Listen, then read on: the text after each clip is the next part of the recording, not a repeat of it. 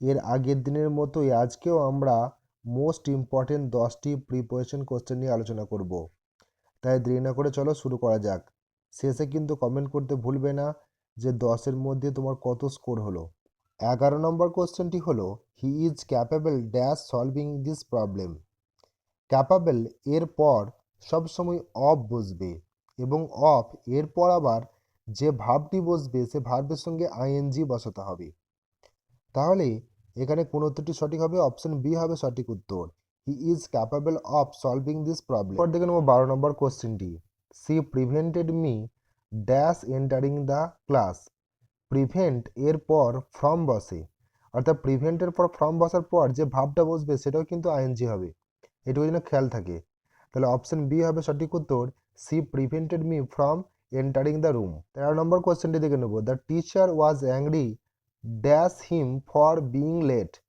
Angry with him, কোনো পার্সনের সঙ্গে অ্যাংরি বসলে উইথ বসে, কোনো একটা জিনিস থিং বা কোনো একটা সিচুয়েশনের জন্য অ্যাংরি অ্যাট বসে।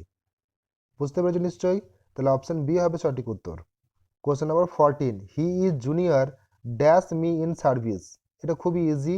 আমি বলেছি কিছু ল্যাটিন অ্যাডজেক্টিভ আছে, যেমন জুনিয়র, সুপিরিয়র, ইনফিরিয়র, এদের পর দ্যান না বসে সবসময় টু বসে, টু। তাহলে অপশন বি হবে সঠিক উত্তর। Question number 15, she is proud dash her achievements. Proud এর পর কি বসে? অফ বসে। তাহলে অপশন সি হবে সঠিক উত্তর। She is proud of her achievements. Question number 16, the meeting will be held dash Monday. কোনো বার এর আগে কি বসে?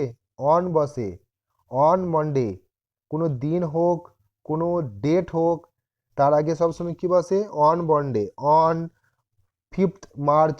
তাহলে মার্চের 1 তারিখে তোমাদের পরীক্ষা আছে, তাহলে কি হবে? On 1st March. তাহলে কোনো ডেট হোক বা দিন হোক তার আগে কি বসে? অন বসে। অপশন সি হবে সঠিক উত্তর। Question number 17, he has great affection dash his younger brother. Affection স্নেহ, অ্যাফেকশন পর কি বসে? ফর বসে।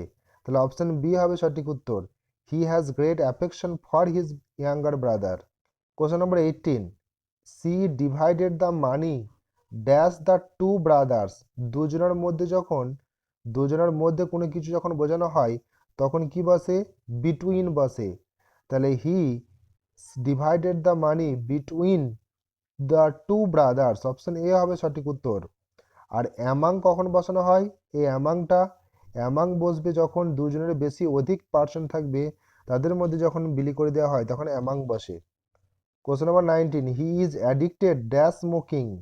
অ্যাডিক্টেড এর পর কি বসে? না টু বসে, দিয়ে তারপর নাউন বসে, নাহলে ভার্বের সঙ্গে আইএনজি বসাতে হয়। তাহলে অ্যাডিক্টেড টু, অপশন সি হবে সঠিক উত্তর। He is addicted to smoking. Question number 20, there is no exception dash this rule. Exception এর পর কি বসে? না টু বসে, এক্সেপশন টু। তাহলে অপশন সি হবে সঠিক উত্তর। আশা করছি এই 10টি কোশ্চেনের তুমি উত্তর করতে পেরেছো। যদি তোমার স্কোর 10-এ 10 হয় তাহলে নিশ্চয়ই তুমি এমন একটা জায়গাতে পৌঁছে গেছো যে তুমি যে কোনো পরীক্ষার জন্য এখনো ready. Thank you so much for watching.